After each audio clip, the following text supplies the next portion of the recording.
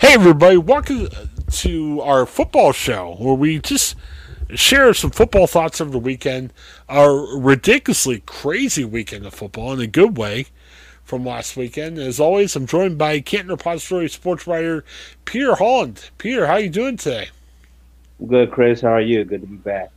Yeah, definitely. There was a lot of upsets we talked about last week, which I was like, wow, this is crazy in college football. And I think the NFL said, hey, we're going to even get crazier. Just a ridiculously, and we're going to get into those games, but there were three or four just insane last second comebacks, and it was just a wild week for NFL.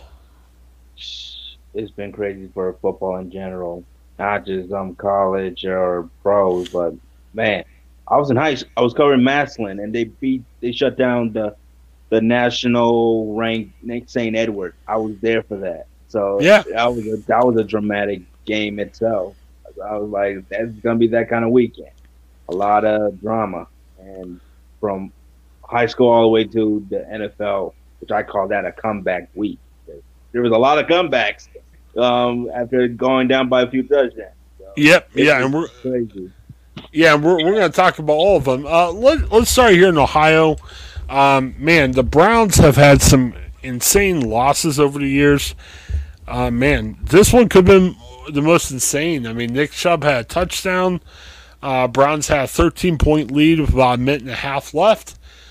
Cade York missed the extra point. And, these extra points are 33 yards. It's still very makeable, but sometimes misses happen. And good night, Pierre. The Jets took advantage. They had they had a long touchdown pass from by Joe Flacco. They got the onside kick, ran down for another touchdown. They win the game. And unbelievably enough, they went from being 13 down with a minute and a half left to lining up in the victory formation after the Browns threw a last-second interception. What do you think happened there with the Browns? It's more like a reality check, you can say, that they're not where they need to be right now.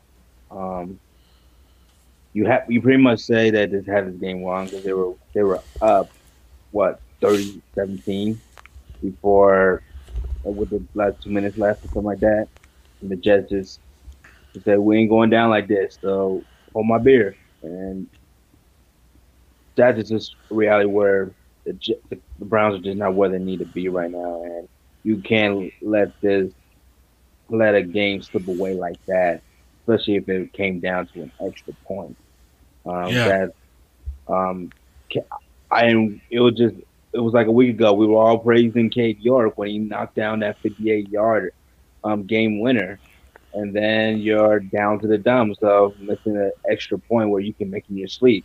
Yeah, it happens, but that's just something that you just can't afford to lose, and that's where those same old Browns logic is gonna come into the play. Like we're not where we need to be, and that's exactly the thing with the Browns. They are not where they need to be right now. This is it. yeah, and the defense. They've got some good parts with Miles Garrett, Javon Clowney, Denzel Ward, but they've had some really bad breakdowns. I think back to that long Flacco touchdown pass, which kind of opened the door for a potential comeback. Yeah, I never thought the Browns were a great defense, but why do you think they're not? I mean, they should be better than what they're playing. I mean, they gave up a bunch of points to Carolina. They gave up a bunch of points to the Jets, and man, Joe Flacco has had a good game in 5-6 years. I mean, what do you think is needed to fix what's going on with the Browns defense right now? I guess you can start with the secondary.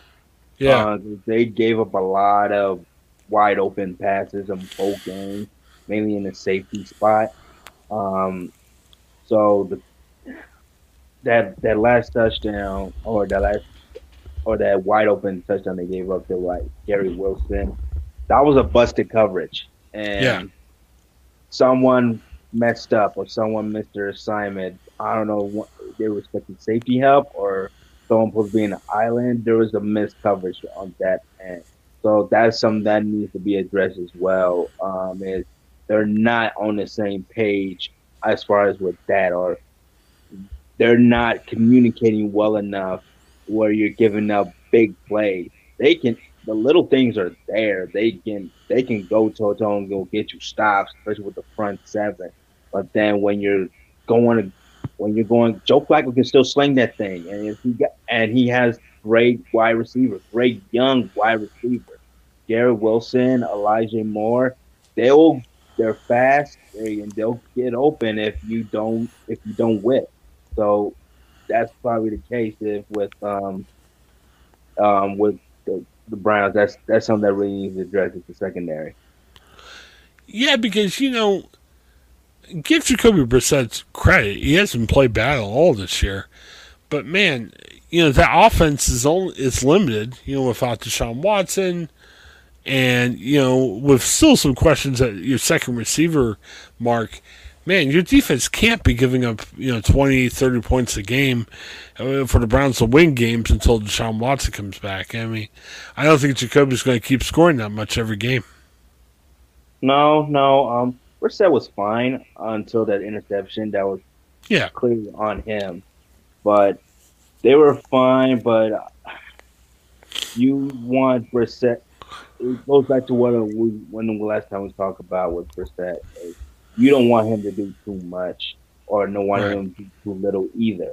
When you have a really good running game, and I still feel like they underutilized Nick Chubb, even when he was moving the ball well. So that was the same Browns that we've seen last year. That your best player is on the backfield, and Nick Chubb, you only gave him 17 carries, and he went under 100 yards.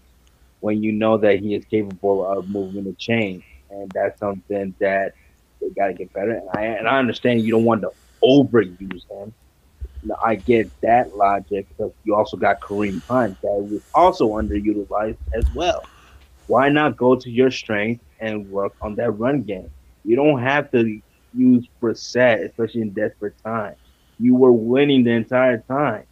So though you were leading until that final 2-minute drive, why not go to your running back more? The Browns, let's look a little bit at the Steelers. Steelers played New England on Sunday. Browns play the Steelers on Thursday night. First of all, Thursday night games stink. I know we want to watch NFL on different nights, but come on, let's give high school their due. Put some more college football games on Thursday. It's just they're not traditionally great games because there's only a 4-day delay. I don't know about all of that, because that Chief Chargers game was pretty fun. I really enjoyed that. Yeah, game. Well, but they're really good teams, though. I mean, they're good enough teams where they could play, Tuesday overnight or something, and they'll still put together a good game. But, I mean, there have been traditionally stinkers on Thursday night in terms of the teams don't play well, sometimes get a big injury. The last time the Browns and Steelers played Thursday night was a very eventful game where there's a lot of injuries, and you had the big fight with, Myles Garrett and Mason Rudolph last time. I'll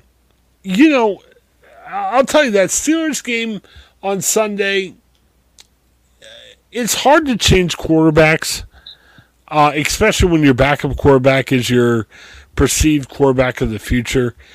I thought the Steelers just went with Mitch Trubisky way too long. He wasn't getting the job done. And that was a winnable game by the Steelers, and they, you had to get a spark somehow. And for some reason, they didn't think that Kenny Pickett was ready at that time. So you leave Trubisky out there. Man, Pierre, that offense of the Steelers isn't looking too good right now. Other thing about the Steelers is T.J. Watt, their best defensive player, he's out. It's only going to be for about 5 more weeks, but he's not going to play on Thursday. Steelers, who usually get a lot of pass rush and sacks, no sacks on Sunday against New England, which really hurt them. So the Browns definitely have an opportunity. I really look at this game as both the Browns and Steelers, this is a game they're both going to be desperate to win. They're 1-1. 2-1's a whole heck of a lot different than 1-2. I'll give you my picks, Pierre. I want to hear yours. I think it all depends on if Kenny Pickett plays. I'm not sure if Kenny Pickett is your next franchise quarterback, but I think Kenny Pickett could bring something to the game that Trubisky can't. I think if Pickett starts, Steelers win 2017. But I think if Trubisky starts, Browns win 2017. What is your thoughts about the game? That's something I gotta think about a little bit. Um, First of all, I don't know if it's smart to put in Kenny Pickett now. Just throw him out there in a fire like that. Especially that I think it's not just I think the quarterback is kind of the least. Well, I won't say the least of your worries, but there's a lot of things that there's issues with the Steelers outside of the quarterback position. Yes, the Mr. Trubisky thing. I don't like the inconsistency of that, but also there's a lot more issues on the offensive line. I mean, right to the Patriots. Patriots are a good defensive team, still a good defensive team.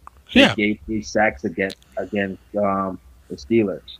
So also it's just the offensive line. I so if you just throw a rookie out there and he's gonna whip, then you pretty much just stunt the man's growth. I probably would stick with Mitch Trubisky just because he still brings that veteran presence, but they still got to figure it out of their offensive identity, which we still don't know right now. Yeah, I don't disagree with you about Kenny Pickett. You're taking a chance if you throw him out there. I really think right now, I mean, Pierre, they score one more touchdown, they beat New England. I mean, that was a winnable game for them. If I don't think Trubisky's that guy, then if you don't want to put Pickett out there, I get that. Then make Mason Rudolph your quarterback, and either have Pickett slow your backup and have Trubisky your third, or I mean, you got to do something different than Mitch Trubisky right now. He looks too scared to make the big play and everything. If it's not Pickett, I get that, but you have to have another thing out there. And if it's let me ask you this, Chris. Sure. What difference would it make if it was Mason Rudolph? I'm not a big Mason Rudolph guy either, but at least I'm seeing Mason throw the ball downfield. I mean, that game against New England, I was seeing Mitch Trubisky checking down when he had guys open downfield and other stuff.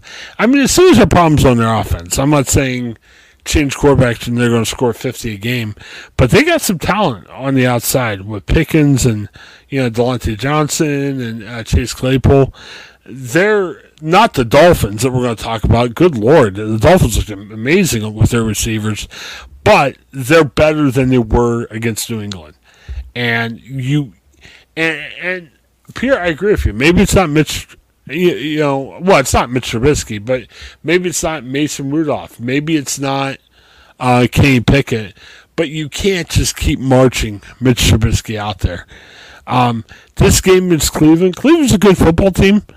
This game is a winnable game for the Steelers. And, man, you lose that.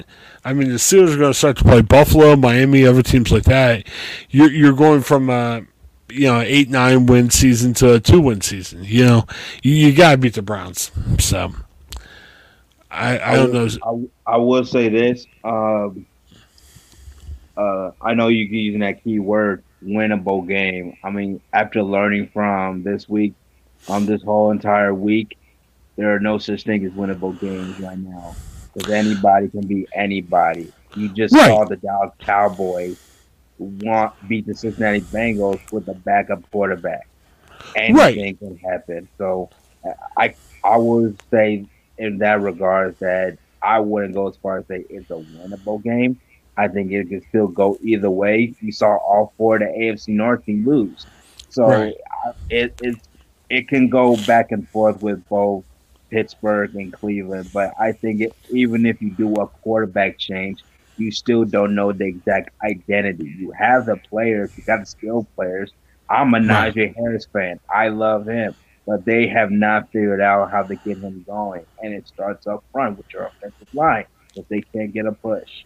So right now with the Steelers is what is their identity? What can they do to make the turn? And right now we don't know yet. Well, and I'll tell you the other thing. I mean, I'm a big Najee Harris guy too. I think Najee's hurt, to be honest with you. I mean, he has that Louis Frank injury. I think he's healthy enough to play, but I think he's not 100%, and I think that's hurting Najee. And you got inferior offensive line too, which is hurting Najee too. So I don't know. It'll be interesting to see what happens. So are you looking for a Browns win, or if you had to pick? I'll probably say that's gonna be a really good one. I wouldn't even surprise me if it ends up in a tie, but that's a full prediction itself. Yeah. I'll probably say um, I think it's gonna be a low scoring game, but I think the Cleveland Browns will capitalize slightly. I think it'll probably come down to the hands of Jacoby Brissett. Um, I'm gonna go with the Cleveland Browns 17-14. That would be such a Thursday night game after what happened the last time with the Browns and Steelers if they tied. I mean, it would. I'm not picking a tie, but yeah, that would be appropriate for Thursday night games. That game ended up in a tie. Funny too, because that was the exact same score with the Patriots Steelers game, and that literally came right in my head. No, it wouldn't surprise me, especially if Mitch Trubisky starts. I usually am more confident when the Steelers play the Browns. I'm not right now, so it's tough. Speaking of Ohio teams we're not confident in, man, I wasn't predicting this, Peter. The Bengals 0-2, AFC reigning AFC champions, and they're struggling right now. I don't know. I'm going to give you my guess. Tell me if you agree with me or not. I'm thinking it's got a little bit to do with the fact these guys were rusty. They didn't play that much in the preseason. Joe Burrow has the appendix out. He's okay. But, man, you really have those reps. I mean, I don't think Burrow had to play the whole preseason by any means, but he didn't get that as much practice time. And I just think the Bengals right now are a little bit out of sync, which is surprising, but that's where I'm seeing them right now. I don't think it's rust at all because if it was rust, you could just pretty much say to the other opposing teams that they're dealing with rust as well. So it can go both ways on that end. But I don't think that. But it could be a Super Bowl hangover. That could be Okay. a more appropriate term because they were a Super Bowl team without a good offensive line. And what was the agenda? Is you sign an offensive line. You continue to protect Joe Burrow. And that's exactly what they didn't do against the Dallas Cowboys. Right. They have not protected him. That you made all these offseason moves, adding Leo Collins and the guys, and you thought that this will be an improvement, but they went backwards. So that's something that is probably going to play a part. Um, as far as with Joe Burrow, at least he didn't commit any turnovers. I think that's probably a positive note on that. But I don't know. I don't know what's the exact problem. Some even say it could be a play calling issue. From what I've seen, there's some questionable calls of Zach Taylor that didn't really make sense to me. So especially on third down plays, and and even though the defense held their own, but they so much they can do, but you just cannot lose to a backup quarterback like Cooper Rush like that. So there is really some issue with the Cincinnati, mainly on the offensive side, that really needs to be figured out. Yeah, it's stunning because, as you said, you look at that team last year and you say, oh, they didn't have offensive line. Wow, look, they spent money. So you put two and two together, you think it's four, and say, look, their offensive line's going to be better. Look how Bengals win every game by a ton. But, two and two actually equal five. They got a bunch of new offensive linemen. They seem to have the same problem, and they spent a lot more money. Yeah, man, it's hard to say, and they've got to get right. I mean, Pierre, it's interesting. This next game, man, if we looked at this at the beginning of the year, we said, man, Jets hosting the Bengals. We say, Bengals by 10. Man, I don't even know what to think of if the Bengals win this game. What do you think about this next game, Bengals at Jets next Sunday? Man, I don't know. Man. It's go back to my logic. Anybody can beat anybody. On paper, the Bengals should beat the Jets, but then we just saw what they did to the Browns. And we thought the Browns was going to get that win. So I don't know what's going to happen. I think the Bengals are gonna should get the win. I expect them to get the win. But who knows if they can't get the offense figured out? Then I don't know. I think they should get the.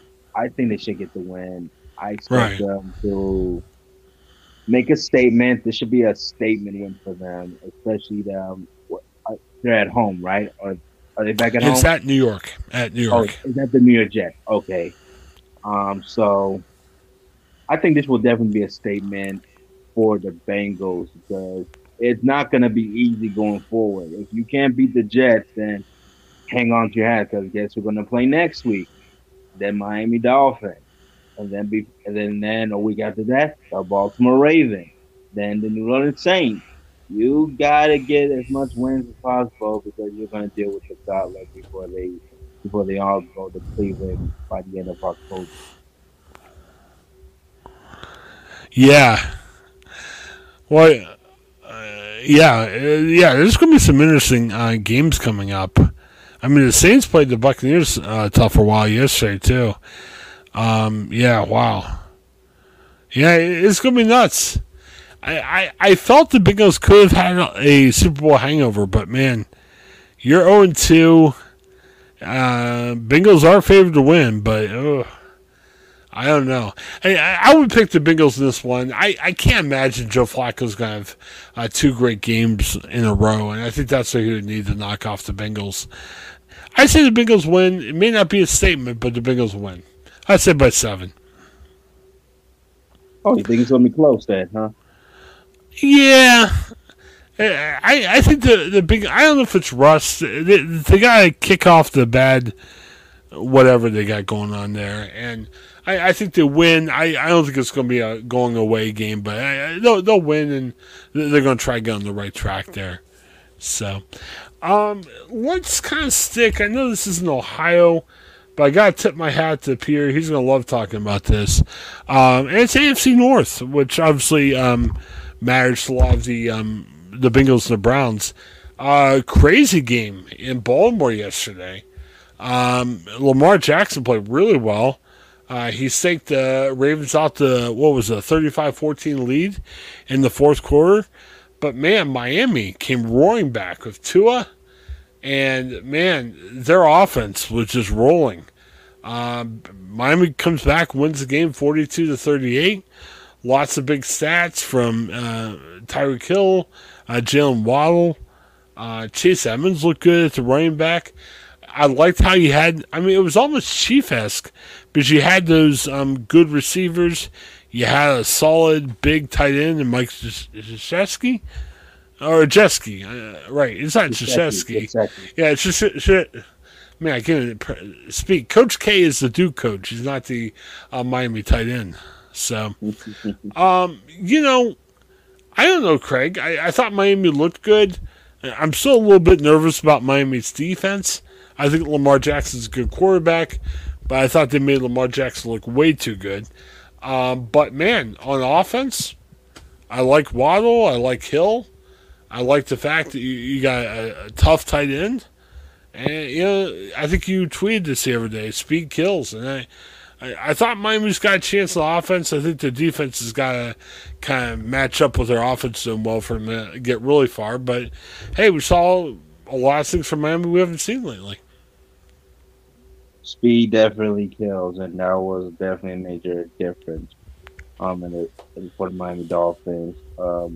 Me as a Dolphins fan growing up, I am ecstatic to see um, the growth of Tua Tagovailoa and finally getting the weapons that he desperately needed, and that's exactly what he got.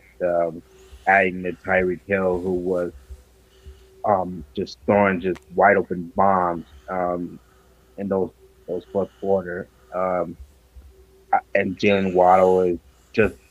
And there's another compliment with Tyreek Hill that Tyreek is also could be just simply a decoy, and you got pick your poison. Tyreek on one end, Jalen Waddle on the opposite. I'd even mention Cedric Wilson, Mike Gesicki, the running backs in the backfield, Raheem Mostert, who runs a 4-2.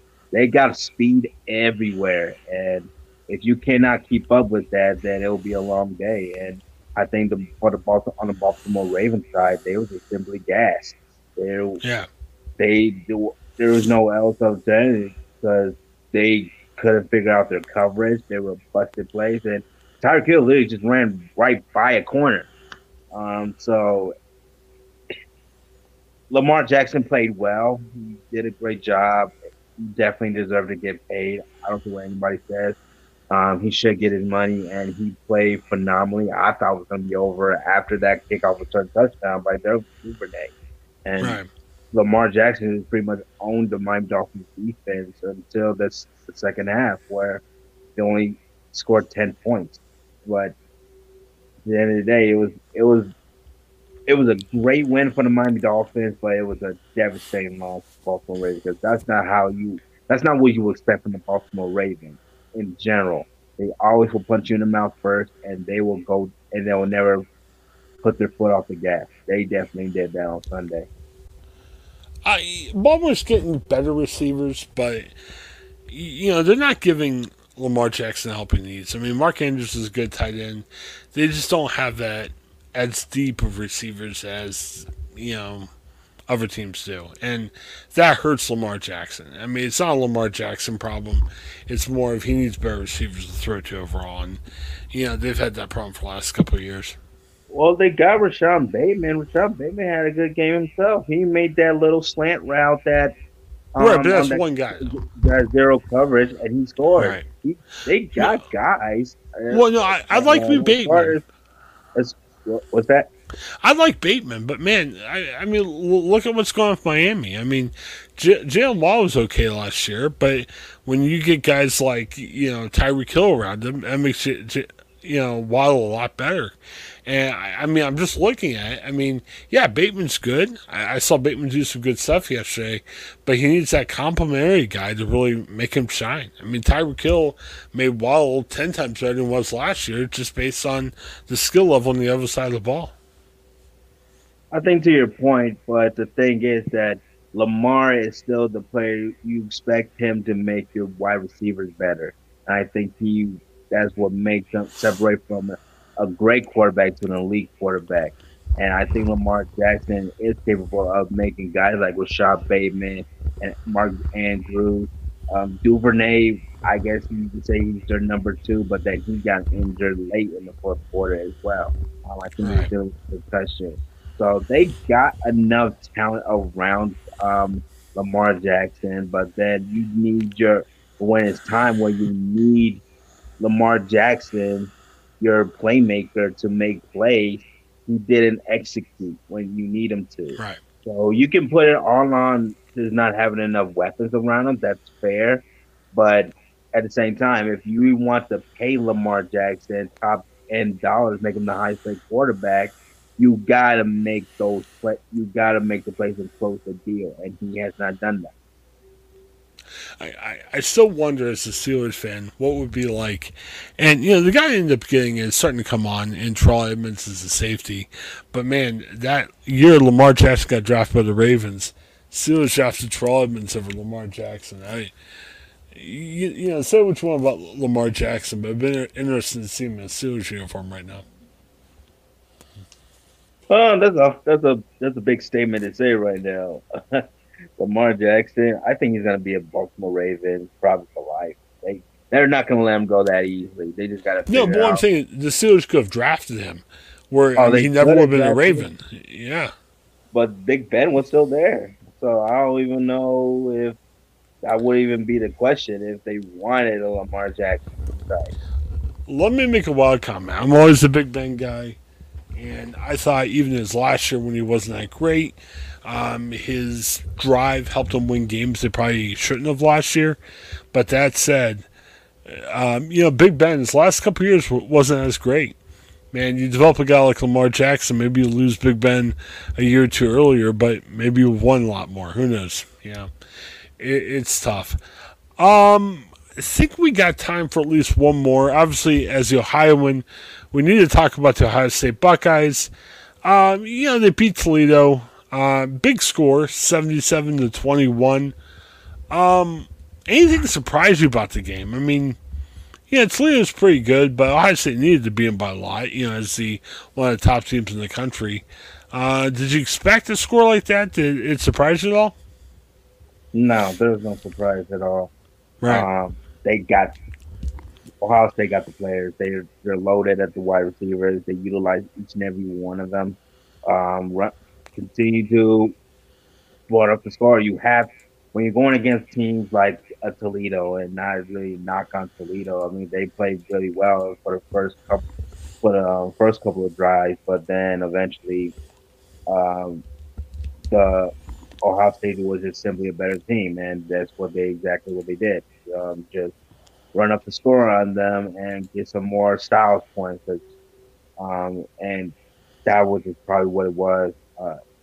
But I'm still a little bit um, concerning with the defense because they didn't really play up to the same part as the Ohio State offensive side. Because 21 points, that's something that you just can't allow, especially that one touchdown play, that one touchdown pass that Toledo quarterback made. That was a bad defensive. That was by bad on the defensive side. So that was a little bit disappointing, but obviously, other than that, there was not much of a surprise there. Ohio State did what they had to do. I never thought Ohio State had a chance of losing that game. I had to tell you, I was out a little bit later on Saturday, didn't get home to catch the beginning of the game. I turned that game on, it was 7-7. I'm like, what the heck? That shocked me for a second. It was even that close at that time of the game.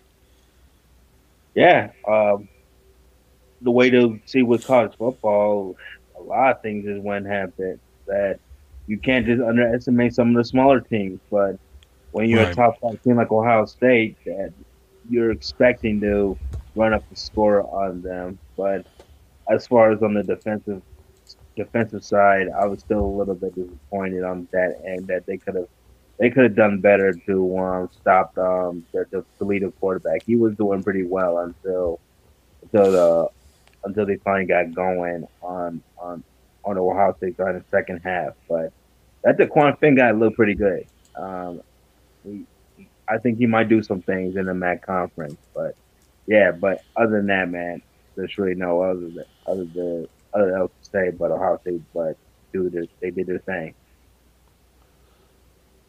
Um, do you think Ohio State knocks off Wisconsin? It's at Ohio State. It's the Saturday night game this week. I believe so. They play. Yes, they play Wisconsin. Okay. Yeah. Yeah, I mean, I'm thinking too. It'll be interesting to see where Ohio State stands. I mean, I think definitely that Wisconsin game's a winnable game. Wonder how big the score will be. It'll be interesting to see how Ohio State does against them. You gotta score style points, and that'll be good to see what ends up happening there. Pierre, we got a minute or two. I'll leave you with a trivia. Let's see how Okay. well you know Ohio State history. It's been over 100 years since Ohio State last lost to an in-state college. Who was that college? Interested to see if you know this or not. Well, being the fact I'm not in Ohio, and that doesn't really help. Um, Akron? No, it was October 8th, 1921. Ohio State wasn't even around. They play at their old stadium called Ohio Field. 10,000 people in attendance. Ohio State was at the Rose Bowl the year before. They lost 7-6 to Oberlin. How about that? Oberlin. Oberlin. Is that a D2 school? It was probably like Ohio State was 4 times the size back then. Yeah, they're still playing now. It's got to be at least a D2 school. Yeah, I would have guessed that. I was just looking at the more Division One schools like the MAC conference or something. I was not even thinking about Oberlin. Yeah. But Um, goes back to my point. I know Ohioan, so I ain't gonna hold you. The crazy thing about that is the three and I'm looking at a story I wrote for the Dispatch a while back about this. The three previous meetings between the schools, Ohio State beat Oberlin, or they outscored them 211 to nothing in the last three matches before the game where Oberlin shocked Ohio State. Ohio State beat them 128 to nothing in 1916. A couple years later, Oberlin beat Ohio State 7-6. Crazy stuff. Interesting. That's very interesting. I learned something today. Yeah, could you imagine if Ohio State lost to Oberlin this year? Oh, my. Yeah, let's not get too hasty here. Yeah, that'd be crazy. All right. Well, Peter, thanks again for your time. I appreciate it, especially on this wild football day. Yeah, this is a crazy week. I don't know what's going to happen the next week, but we will see. I mean, Ohio State, Wisconsin. I'm not going to rule Wisconsin out as a run-up score game. They got that running back. It was really good. I think his name is Bo Allen, something like that. Braylon Allen, that's his name. Braylon Allen. If they can't stop him, it might be a long day for Ohio State. But I think they'll get through it. Definitely. All right. Well, thanks again, man. I appreciate it. If you follow me on social, look, my Gannett journey is coming to end. I took a position. I'm going to be staying here in the area, but I'm going to be working for a company in Chicago.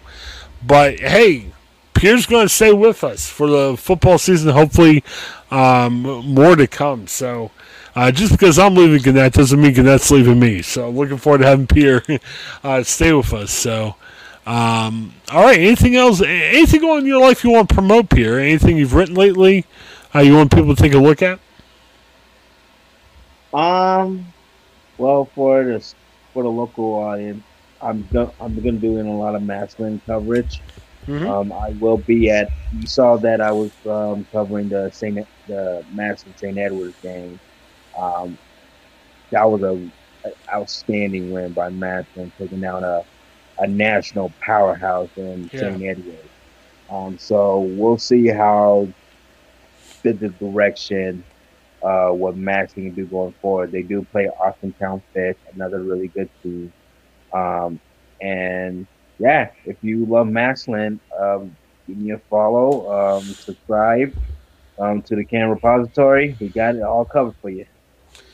Yeah, and I'm not sure if there's anything going on at the second, but Pierre also does a lot of stuff with the Pro Football Hall of Fame. So whenever stuff is going on in terms of their building schedule, or even just some of the events happening at Pro Football Hall of Fame, check out CantonRep.com. You'll probably see a Pierre story about that too. Absolutely. Right now, things are a little bit slowing down with the Pro Football Hall of Fame. We're just waiting until the next voting selection. So that's probably won't be until like October-ish, around there. I'm going to see who's going to make the top 122 this year, especially with this year's class of 2023. And then the eligible players. Joe Thomas is going to be in there, and Darrell Reeves. All the guys who have a strong case of being first ballot Hall of Famers. Is that probably the biggest names out there that could make it? Those are the two notable who I think that have a strong case. But there are other guys like Cam Chancellor, what's another guy, Chris Johnson, the other Steelers player, I can't think of his name right now. The edge rusher. He was with the Steelers, and he was also with the Bengals. That big, strong. Harrison, James Harrison. James Harrison, yeah. I don't know why my Kent State guy too, man. Yeah, James Harrison. He's also eligible. So those are just some of the notable names. But I think Joe Thomas and Darrell Reeves have a strong place for the first ballot Hall. Yeah, it's funny. Kent State never really had a ton of success in the college football field, but there's a lot of alumni that have gone to big. You know, you think about Nick Saban, you think about what was it, Elman? Yeah, for the Patriots. And, Julian Elman. Yep, and James Harrison. So, yeah, good stuff. All right, well, Pierre, thanks for your time. Again, appreciate it. Hang out for a second afterwards. For Pierre, this is Chris. Thanks for checking out our network. And again, check out all the other shows on our network. Again, Craig and I are changing some positions, but we're still trucking along with the network. Keep checking us out for new content every day. Have a great night, everybody. Hi, I'm Jennifer Mooney. Welcome to what is our new Hope Interrupted podcast based on the work from our book, Hope Interrupted, that I co-authored with my good friend Byron McCauley. Hey, Jennifer, I'm looking forward to this podcast as much as I was looking forward to writing this book with you. We hope to interview some high-impact folks as well as have a little fun. We're going to cover stories of hope. To learn more about our podcast and our book, please visit www.hopeinterrupted.com.